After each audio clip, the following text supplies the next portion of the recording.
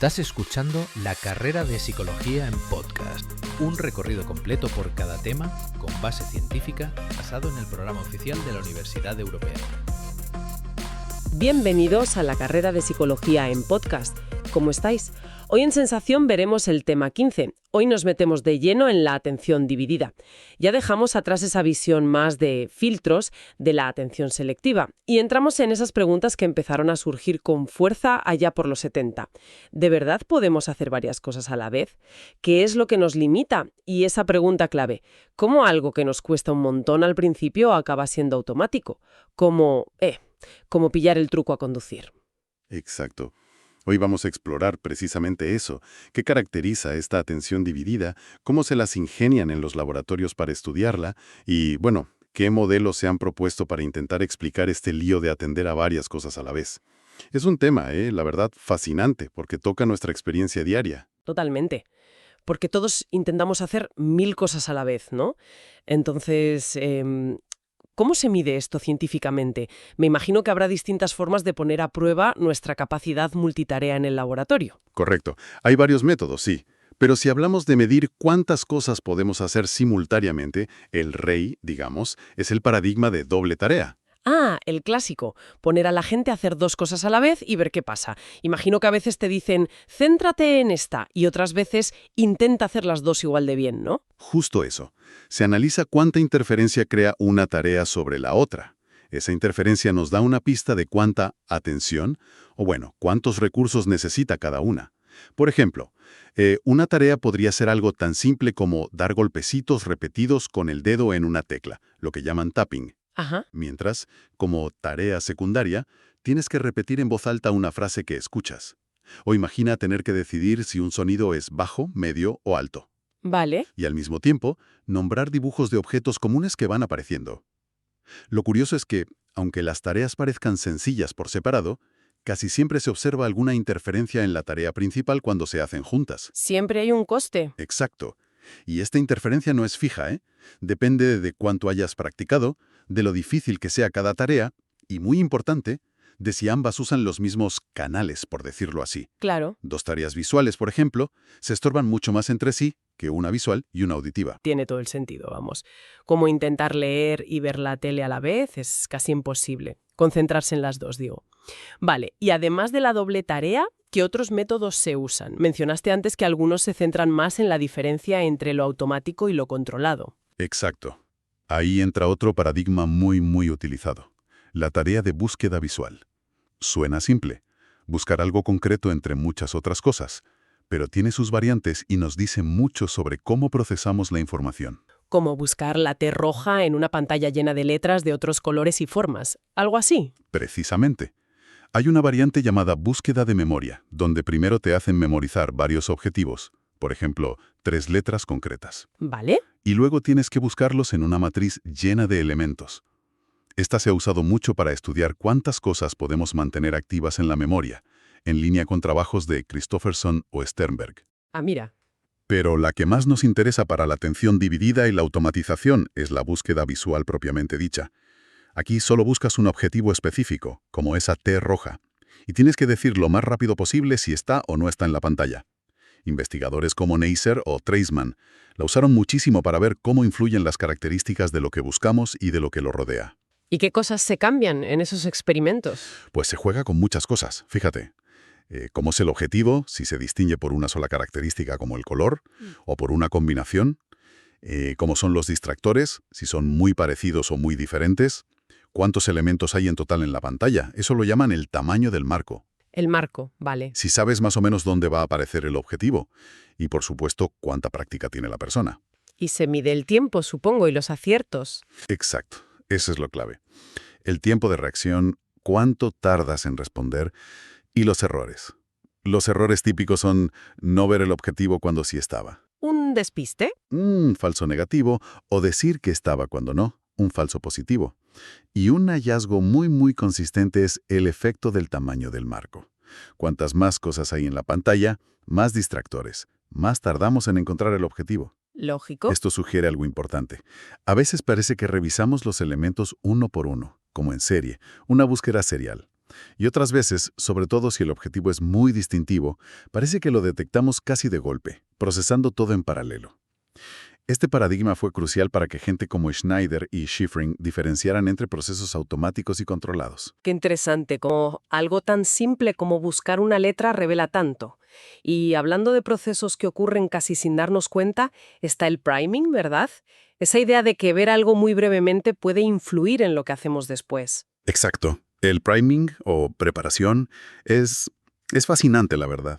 La idea es presentar un estímulo preparador, el prime, a veces tan rápido que apenas eres consciente de él, o incluso tapado con otro estímulo, lo que se llama enmascarado, para asegurar que no lo proceses conscientemente. Ajá. Luego, tras un breve intervalo de tiempo, el famoso SOA, que son las siglas en inglés de asincronía en el inicio del estímulo, aparece el estímulo objetivo, el target, sobre el que sí tienes que hacer una tarea consciente como identificarlo, clasificarlo o nombrarlo. ¿Vale? ¿Un ejemplo? Pues mira, un ejemplo podría ser mostrar palabras muy rápido, por debajo del umbral de conciencia. Después, quizás tras una pequeña tarea distractora para que no repases mentalmente, te piden completar raíces de palabras como MDC. Entiendo. Si completas más fácilmente palabras que te mostraron como prime, por ejemplo, si completas médico más rápido porque te la mostraron antes aunque no lo recuerdes. Eso es priming. Es como si la exposición previa hubiera dejado una huella, una facilitación. Una preparación, claro. Justo. Y se puede jugar mucho con los tiempos de exposición, el intervalo SOA, y sobre todo con la relación entre el prime y el target. Son de la misma modalidad, visuales ambos, son idénticos, se parecen en cómo suenan, como casa y pasa. Eso sería priming fonológico. Ajá. Están relacionados por su significado como psicosis y psicología, priming semántico, o pertenecen a la misma categoría, médico y hospital. Priming de esquema o categorial. Vaya, ¿cuántos tipos? Sí, y se mide el tiempo que tardas en responder al target y si cometes errores. Si el prime te ayuda a responder más rápido, es priming positivo. Si por el contrario te frena o dificulta la respuesta, pues es priming negativo. ¿Y esto qué nos dice de la atención? Pues para la atención, lo interesante es ver cómo la activación de conceptos en la memoria, provocada por el prime, de forma bastante automática, puede influir en los procesos atencionales que necesitas desplegar después para procesar el target. Es como si la memoria preparara el camino a la atención, como sugería Ávila ya por el 95. Muy interesante. Y si hablamos de interferencias y cosas automáticas que no podemos evitar, tenemos que mencionar el efecto Stroop. Ese sí que lo hemos experimentado todos alguna vez. Intentar decir el color de la tinta de una palabra cuando la palabra misma es el nombre de otro color. Es un lío. Un lío tremendo, descrito por John Ridley Stroop allá por 1935. Fíjate, comparó 3 situaciones. Leer nombres de colores escritos en negro, fácil. Nombrar el color de manchas de tinta o series de X, relativamente fácil también. Y la condición estrella. Nombrar el color de la tinta de palabras que eran nombres de colores, pero la tinta no coincidía con la palabra. La palabra verde, escrita en tinta roja, por ejemplo. Ya, el clásico. ¿Y el resultado? Pues una interferencia brutal. La gente tardaba muchísimo más en decir el color de la tinta, y cometía un montón de errores. Es como si la lectura de la palabra fuera tan automática que no puedes evitarla, aunque la instrucción sea ignorarla y centrarte solo en el color. ¿Te sale sola la palabra? Exacto. La explicación más aceptada es justamente esa. Leer es un proceso hiperaprendido, muy rápido y automático para nosotros. Nombrar un color, aunque parezca simple, requiere un poco más de control. La interferencia refleja esa lucha interna. Tienes que frenar la respuesta automática de leer la palabra, que es irrelevante para la tarea, y activar la respuesta correcta basada en el color de la tinta, que es lo relevante. Requiere un esfuerzo de inhibición. Un esfuerzo consciente. Efectivamente, y ha dado lugar a variantes muy interesantes. El Stroop emocional, por ejemplo, usa palabras con carga afectiva, neutras, positivas, negativas, amenazantes. Se ha visto que personas con ansiedad tardan más en nombrar el color de palabras amenazantes relacionadas con su preocupación. Vaya. O el Stroop espacial. La palabra arriba escrita en la parte de abajo de la pantalla provoca interferencia. Muestra cómo incluso el significado semántico interfiere con procesos perceptivos o motores. Es muy potente. Vale, tenemos todos estos experimentos ingeniosos. Doble tarea, búsqueda visual, priming, Stroop, que nos muestran cómo funciona y, bueno, cómo falla nuestra atención dividida. Todo esto imagino que llevó a intentar crear modelos teóricos para explicar qué está pasando por debajo, ¿no? Ya no tanto la idea del filtro, sino más bien pensar en la atención como una especie de energía limitada o algo así. Es que tenemos una cantidad limitada de recursos mentales o capacidad atencional. Cualquier cosa que hagamos mentalmente consume parte de esos recursos, y cuanto más difícil sea la tarea, pues más consume. ¿Como una batería? Justo. La interferencia entre tareas ocurre básicamente cuando la demanda total de recursos supera lo que tenemos disponible. Es como intentar hacer demasiadas cosas con poca batería. Y dentro de esta idea general, hay dos grandes familias de modelos, dos enfoques. Unos que dicen que tenemos como un gran depósito central de atención que sirve para todo, ¿no? Como una batería única para todo el móvil, siguiendo con la analogía. Esa es la idea de los modelos de recursos generales e inespecíficos. El más influyente aquí, sin duda, es el de Daniel Kahneman, de 1973. Él veía la atención como una especie de energía o esfuerzo mental limitado y general. Y cómo distribuimos esa energía depende de varios factores. ¿Cómo cuáles? Pues mira, primero, nuestro nivel de activación general, el arousal. Si estás medio dormido o súper estresado, tu capacidad es diferente. Segundo, la capacidad disponible en ese momento concreto. Tercero, la política de asignación. ¿A qué decidimos prestar atención? Esto depende de cosas automáticas, como un ruido fuerte que te hace girar la cabeza. Eso es una disposición estable. Un reflejo casi. Pero también de nuestras intenciones, lo que queremos hacer ahora mismo, intenciones transitorias, y de cuánto creemos que nos va a costar cada tarea. Y cuarto, las actividades posibles, entre las que finalmente repartimos esa energía disponible. Entiendo. Cosas a la vez depende de cuánto pide cada una y cuánto tenemos en total. Si la suma supera el límite, algo falla. Y diferenció entre la interferencia de capacidad, que es simplemente no hay recursos para todo, y la interferencia estructural, que es cuando las dos tareas necesitan usar la misma pieza del sistema a la vez, como los dos ojos para dos tareas visuales o la misma mano para responder. Vale.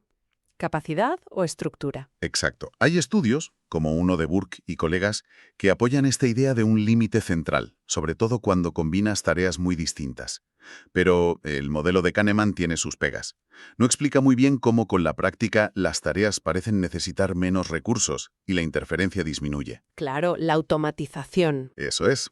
Además, conceptos como capacidad o esfuerzo son un poco abstractos y difíciles de medir directamente. En esa línea de recursos generales, Donald Norman y David Bobrow, en 1975, añadieron un matiz interesante. Dijeron que el rendimiento en una tarea puede estar limitado por los datos, o sea, si la información que recibes es mala o insuficiente, por mucho que te esfuerces, no mejoras. ¿Como intentar oír algo muy bajo? Justo.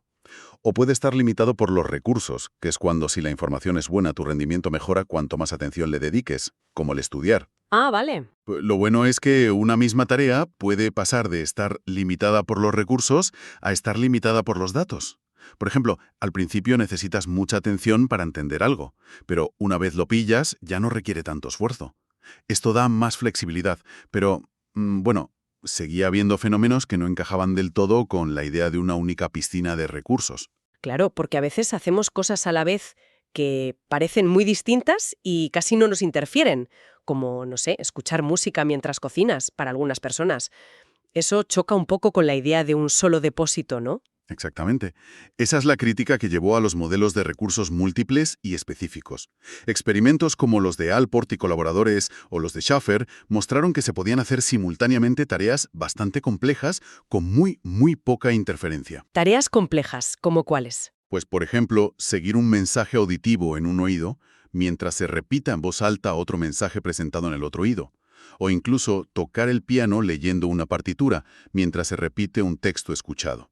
Tela. Si toda la atención viniera de un único depósito general, esto debería ser casi imposible. Así que investigadores como David Navon y Daniel Goffer, en 1979, propusieron que no hay un solo tipo de recurso atencional, sino varios, más específicos. Diferentes tipos de baterías. Algo así. Imagina que tienes recursos para procesar información visual, otros para auditiva, otros para respuestas manuales, otros para verbales. Si tienes dos tareas, A y B, la interferencia ocurrirá principalmente si ambas compiten por el mismo tipo de recurso específico. Si las dos son visuales, por ejemplo. Exacto. El rendimiento dependerá de cuántos recursos de ese tipo específico asignes a cada tarea y de lo eficiente que seas usándolos. Y Christopher Wickens en 1984 dio una estructura más clara a esta idea. Propuso que los recursos se diferencian en varias dimensiones. Una es la etapa de procesamiento. La tarea exige más en la percepción, en el procesamiento central, pensar, decidir, o en la respuesta. Vale. Otra es la modalidad sensorial, visual o auditiva. Otra, el tipo de código mental. ¿Es espacial, como manejar mapas mentales, ubicaciones, o es verbal, manejar lenguaje? Y finalmente, el tipo de respuesta, manual o verbal. 4 dimensiones. Sí. Y la idea de Wickens es que 2 tareas interferirán más cuanto más compartan recursos en estas dimensiones. 2 tareas visuales espaciales con respuesta manual, como seguir un objeto en pantalla con un joystick mientras buscas otro objeto, interferirán mucho más entre sí. Normal. Que una tarea auditiva verbal con respuesta verbal, como escuchar noticias y comentarlas, combinada con una visual espacial con respuesta manual, como conducir mirando la carretera, este modelo explica bastante bien por qué algunas combinaciones de tareas son más fáciles que otras. Entendido. Tenemos modelos de recursos generales y modelos de recursos múltiples. Pero antes mencionamos también la diferencia entre automático y controlado. ¿Hay modelos que se centren más en eso? ¿En cómo una tarea pasa de requerir toda nuestra atención a hacerse casi sin pensar? Sí. Aquí el trabajo de Michael Posner y Charles Snyder, de 1975, es fundamental. Ellos hicieron una distinción muy clara entre procesos automáticos y procesos bajo control consciente. Los automáticos, según ellos, ocurren sin que te lo propongas, sin que seas consciente y, crucialmente, sin consumir recursos atencionales. Por eso no deberían interferir con otras cosas. Los que hacemos sin darnos cuenta. Eso es. Y los controlados, en cambio, son intencionales. Somos conscientes de ellos. Requieren esfuerzo y sí consumen recursos, por lo que interfieren con otras tareas. El priming automático, el que ocurre muy rápido, y el efecto Stroop son los ejemplos perfectos para ver esta diferencia en acción. El priming mostraría esa activación automática y el Stroop la lucha consciente contra ella. Vale, ¿cómo son esos procesos automáticos? Pues si tuviéramos que resumir las características, diríamos que son rápidos, no consumen atención, lo que permite hacer cosas en paralelo, se adquieren con muchísima práctica, son difíciles de cambiar una vez aprendidos, no sentimos que nos cuesten esfuerzo, funcionan bien incluso si estamos nerviosos o distraídos, y no interfieren o interfieren muy poco con otras tareas. Como respirar o andar para la mayoría. Consumen atención. Son más seriales, no son rutinas aprendidas al principio, son flexibles y adaptables, somos conscientes de ellos, se usan para tareas nuevas o complejas, se ven perjudicados si estamos demasiado activados, por estrés, por ejemplo. Ajá. Y generan mucha interferencia al hacerlos con otra tarea. Pero, pensando en cómo aprendemos cosas como conducir, que mencionábamos al principio, ¿no parece que es más bien una transición gradual? Al principio es súper controlado y poco a poco se va volviendo más automático. Es una división tan de blanco o negro. Muy buena observación. Muy buena. Esa es la visión actual, de hecho. Propuestas posteriores como la de Shiffrin y Schneider en 1977 y, el consenso hoy en día, apuntan a que no hay procesos puramente automáticos o puramente controlados. Es más bien un continuum. Una escala de grises. Exacto. Una tarea puede ser más automática o más controlada. Es una cuestión de grado. Grado de conciencia, de intención, de consumo de recursos, de interferencia. Conducir empieza siendo muy controlado, y con miles de kilómetros, muchas de sus partes se automatizan, liberando recursos para, por ejemplo, poder mantener una conversación. Aunque, ojo, siempre con límites, ¿eh? Claro. No para hacer malabares mientras conduces. Desde luego que no. Vale, creo que tenemos una buena panorámica. Hemos visto cómo se estudia la atención dividida en el laboratorio, con la doble tarea, la búsqueda visual, el priming, el Stroop. Hemos explorado los modelos que intentan explicarla viéndola como un recurso, ya sea general o múltiple. Y hemos llegado a esa distinción clave, aunque ahora vista como un continuo, entre lo automático y lo controlado. Ha sido bastante completo. Ha sido un recorrido intenso, sí. Pero es que intentar entender cómo gestionamos o a veces mal gestionamos la multitarea es clave hoy en día. Y eso me lleva a una reflexión final, quizás algo para que quien nos escucha le dé una vuelta. A ver. Vivimos en un mundo que nos empuja constantemente al multitasking, a hacer varias cosas a la vez. La pregunta es, ¿Significa eso que nos estamos volviendo realmente mejores en dividir la atención de forma eficaz? ¿O quizás solo estamos cambiando más rápido entre tareas, procesando cada una de forma más superficial, siempre al límite de nuestros recursos, y perdiendo la capacidad de concentración profunda que requiere una sola tarea bien hecha? Ahí queda la pregunta sobre las posibles consecuencias a largo plazo de esta cultura de la atención fragmentada. Una buena pregunta para cerrar. Sí, señor. ¿Nos deja pensando? Esto fue La Carrera de Psicología en podcast. Suscríbete para seguir aprendiendo.